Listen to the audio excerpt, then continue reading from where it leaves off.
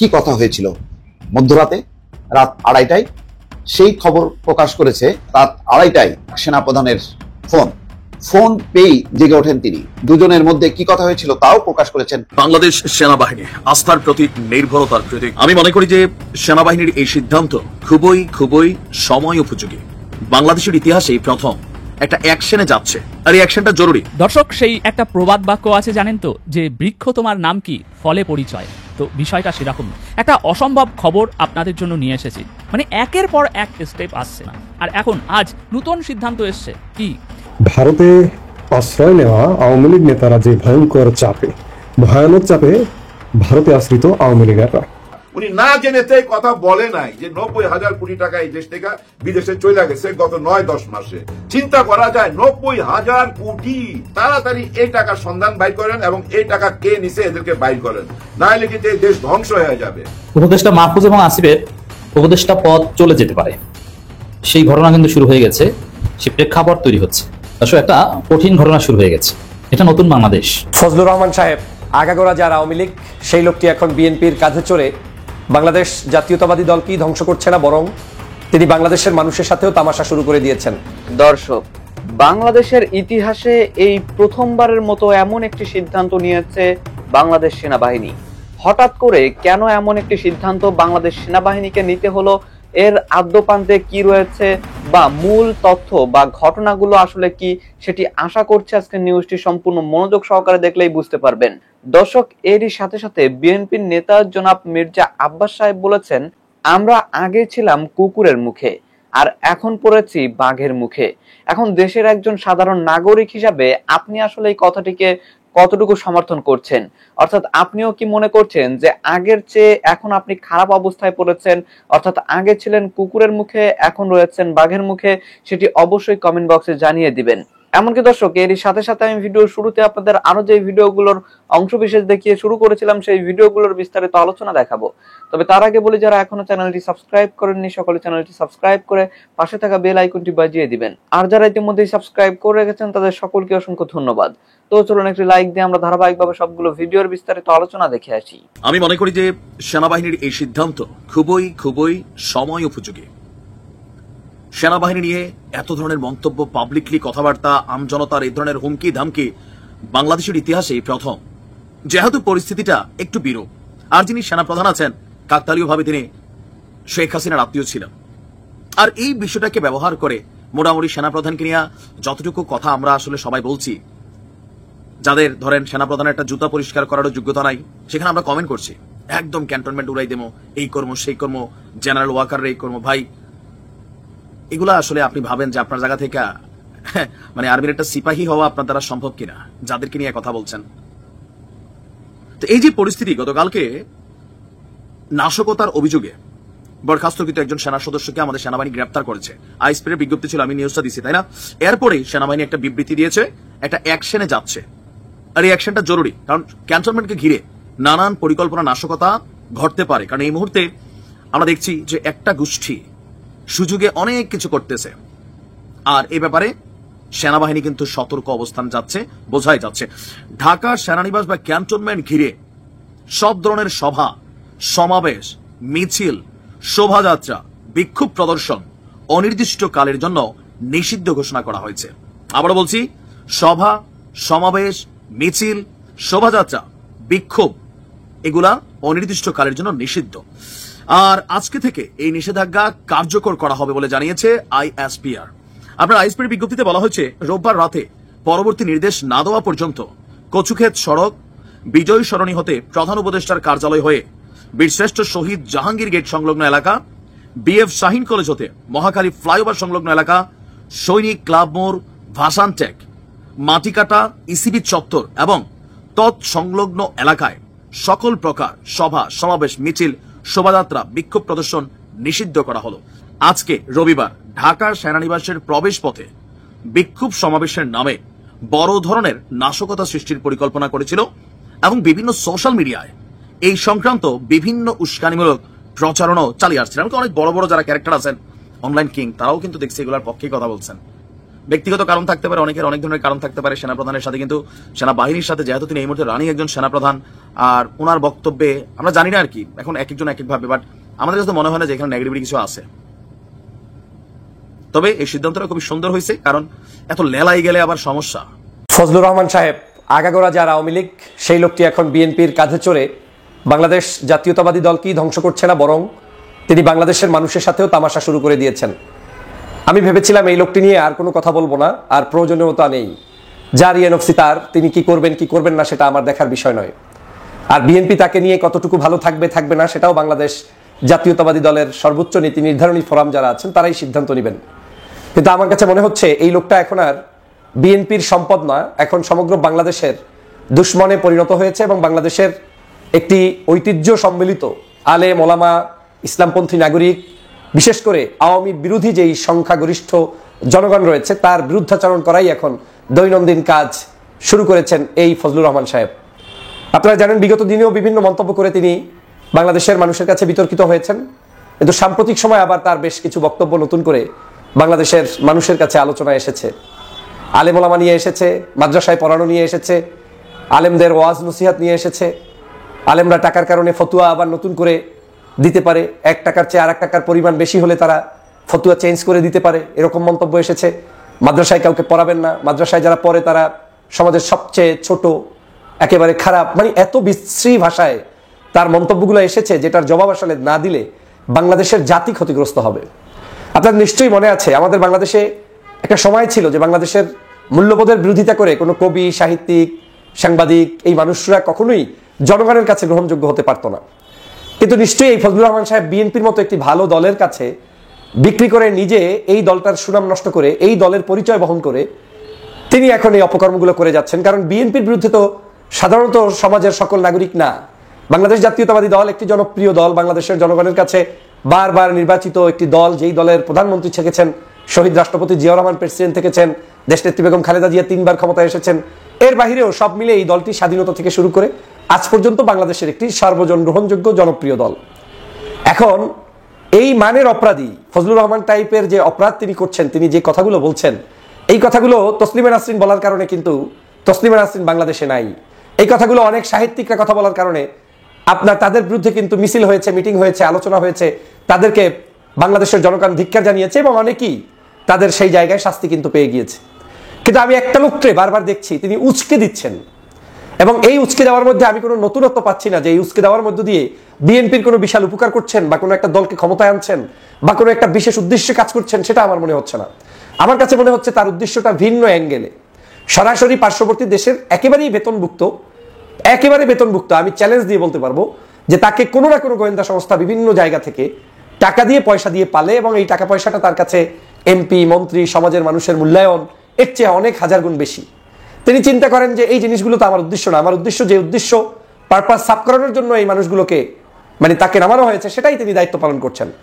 একসময় আওয়ামী লীগকে দিয়ে এই পারপাসগুলো আওয়ামী লীগ এই পার্শ্ববর্তী দেশ এই আওয়ামী লীগকে দিয়ে সার্ভ করেছে, এবং আজকে তাকে দিয়ে আবার এই বাংলাদেশে এই অপকর্ম করাচ্ছে। এবং শুধু তাকে নয়, বিএনপির মধ্যে লুকিয়ে থাকা আরো বেশ কয়েকজন নেতা রয়েছেন, যেই নেতারা একেবারেই 5 তারিখের পর থেকে হুবহু আওয়ামী লীগের ভাষায় কথা বলে বাংলাদেশের মানুষের কাছে বিএনপিকে যেমন অপমানিত করছেন, ছোট করছেন, তার চেয়েও বড় ক্ষতি করছেন বাংলাদেশের সভ্যতা সংস্কৃতির উপরে।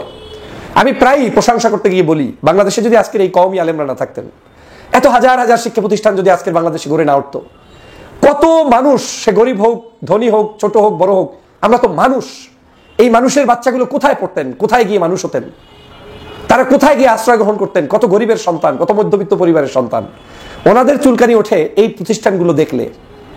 এই প্রতিষ্ঠানগুলো তো তোমার টাকায় চলে না, এটা বাংলাদেশের জনগণের টাকায় চলে। এই প্রতিষ্ঠানগুলোতে যারা পড়তে যায় সে তো তোমার সন্তান না, যার সন্তান সে চিন্তা করবে পড়বে কি পড়বে না, খাবে কি খাবে না। বাংলাদেশের এমন কোনো জেলা, উপজেলা, গ্রাম পাবেন না যেই গ্রামের বাসাবাড়িতে এখনো আলেম ওলামা, মসজিদের ইমাম, কারি সাহেব, সেখানে আপনার কি বলে মানে লজিন থাকে না, কিংবা খায় না, থাকে না। এই লজিন কি কেউ জোর করে খায়? আপনি দেখাতে পারবেন বাংলাদেশের কোনো মাইকওয়ালা, কোনো বাদ্যওয়ালা, কোনো সমাজের যে কোনো প্রফেশনের ব্যক্তি এক্সেপ্ট শিক্ষক ছাড়া কোনো মানুষ কোনো জায়গায় খুব একটা লজিন কেউ রাখে? স্বার্থটা কি? মানুষ কাউকে লজিনে রাখে তারও একটা স্বার্থ, যে একটু সব হবে, একটু ভালো কাজ করছি, মানুষটা আমার বাচ্চা কাচ্চা পড়াবে, দিনের কথা বলবে, এই তো। তো বাংলাদেশের যেখানে তন্দ্রে তন্দ্রে এইরকম কার্যক্রম সিদ্ধ এবং জনগণ প্রসিদ্ধ এই কার্যক্রম চলছে, সেখানে ফজলুর রহমানরা মাদ্রাসায় ছাত্র পড়ানো, মাদ্রাসায় ভর্তি হলে কি সমস্যা, মাদ্রাসার ছেলেদের কি সব উদ্ভট আচরণমূলক বক্তব্য তিনি দিয়েছেন, যা আমি রিপিট করতে গিয়ে মাদ্রাসাকে আলেমকে অপমান করতে চাই না। কুকুর কিন্তু মানুষের সবচেয়ে বিশ্বস্ত একটা প্রাণী। মানে আমার মনে হয় পৃথিবীতে এত বিশ্বস্ত আর কেউ না, কুকুর যেটা। কিন্তু আমরা কাউকে গালি দিতে গেলে ওই কুকুর শব্দটা ব্যবহার করি, কাউকে নিকৃষ্টতম বুঝাইতে গেলে ওই কুকুর শব্দটা ব্যবহার করি। কিন্তু বাঘ কিন্তু মানুষের কোনোদিন কোনো উপকারে আসে নাই। আপনারা কোনোদিন কোনো বাঘের কাছ থেকে কোনো উপকার পাইছেন? কোনো কাজে লাগে না মানুষের। তারপরও মানুষ বাঘের সাথে তুলনা করে, মানে ভয় আর কি, ভয়। বাঘ মানে ভয়, মনের ভয়। কিন্তু এটা মনের ভয়। বনের বাঘের চেয়ে মনের বাঘের ভয়টা বেশি। এই মনের বাঘ হচ্ছে গিয়ে আমাদের ইউনূস স্যার। উনি নাম বলে নাই, মির্জা আব্বাস সাহেব নাম ধরে বলে নাই। উনি বলছে আমি আবার কিছু বললে ওইটা আবার বিতর্ক হয়, তবু বলতে বাধ্য হইতেছি। আগে ছিলাম কুকুরের মুখে, এখন আইসা করছি বাঘের মুখে। হ্যাঁ, মানে আগের সরকার যে ছিল, উনি নাম বলে নাই, বুঝাই যায় আগের সরকারকে কুকুরের সাথে তুলনা করছে, আর বর্তমান সরকারকে মানে ইউনূস সরকারকে, মানে ইউনূস সাহেবকে বাঘের সাথে তুলনা করছে। দুইটাই কিন্তু জানোয়ার, বুঝছেন? দুইটাই জানোয়ার, বাঘও জানোয়ার, কুকুরও জানোয়ার। মানে জানোয়ারের সাথে আগের সরকারও তুলনা করছে, এই সরকারও তুলনা করছে। তবে আগের সরকারের যে কুকুর বললো, কুকুর কিন্তু মানুষের বিশ্বস্ত বন্ধু। হ্যাঁ, আওয়ামী লীগ তো মানুষের বন্ধুই ছিল। আর বর্তমানে সরকার বাঘ, উনি বাঘের মুখে আইসা পইরা গেছে। আমার কথা কি জানেন, আপনি যদি জেল থেকে বাইরে আইসা বাঘের মুখে পইরা যান, আমার মনে হয় আবার জেলে ঢুকে যান। হ্যাঁ, লোহার রড থাকলে বাঘ কিচ্ছু করতে পারবে না। আপনি জেল থেকে বাইরেছেন তো বাঘের কারণেই, এখন ওই বাঘের মুখে পইরা গেছেন যেহেতু, আর কি করার, আবার জেলে ঢুকে যান। যাই হোক, মস্কারা করলাম, কিন্তু আপনার একটা কথা সিরিয়াসলি নিছি। এটা সিরিয়াসলি সবাই নেওয়া উচিত, কারণ আপনি একজন বর্ষিয়ান নেতা, আপনি মিনিস্টার ছিলেন, আপনি বিএনপির সাথে জড়িত, আপনি ডিপ স্টেটের সমস্ত খোঁজ খবর রাখেন। হ্যাঁ, দেশের নারী নক্ষত্র আপনার চেনা তো। এই যে 90,000 কোটি টাকা এই দেশ থেকে পাচার করে দিল এই বর্তমান সরকার, কারা এরা? এইটা কিন্তু খুইলা বলা উচিত। হ্যাঁ, আব্বাস সাহেব মন খুইলা বলেন, দেশের উপকার করেন। দেখেন, এই দেশ থেকে গত সরকার হাজার হাজার কোটি টাকা নিয়ে চলে গেছে, বাড়ির চাকরও নিয়ে গেছে 400 কোটি টাকা। আমরা টের পাই নাই, সবাই চলে যাওয়ার পর টের পাইছি, কিন্তু এরা চলে যাওয়ার আগেই আমরা টের পাইতে চাই। প্লিজ বইলা দেন, আমার কাছে বলার দরকার নাই, আপনি পত্র পত্রিকায় জানাইয়া দেন।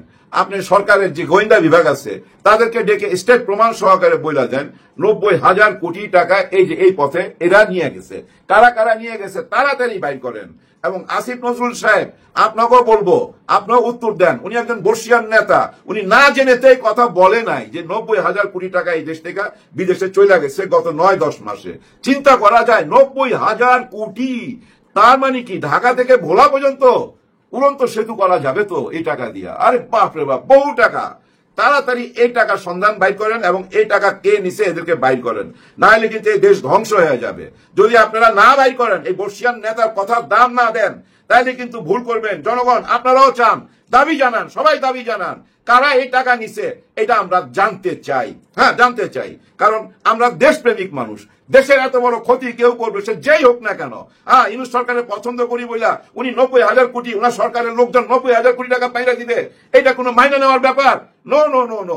আমরা কোনো মানুষের পূজা করব না, মানুষ পূজারি না, আমরা দেশভক্ত মানুষ, দেশের মঙ্গল চাই। দেশে এত বড় ক্ষতি কইরা পার হয়ে যাবে, এটা হইতে দেওয়া যাবে না।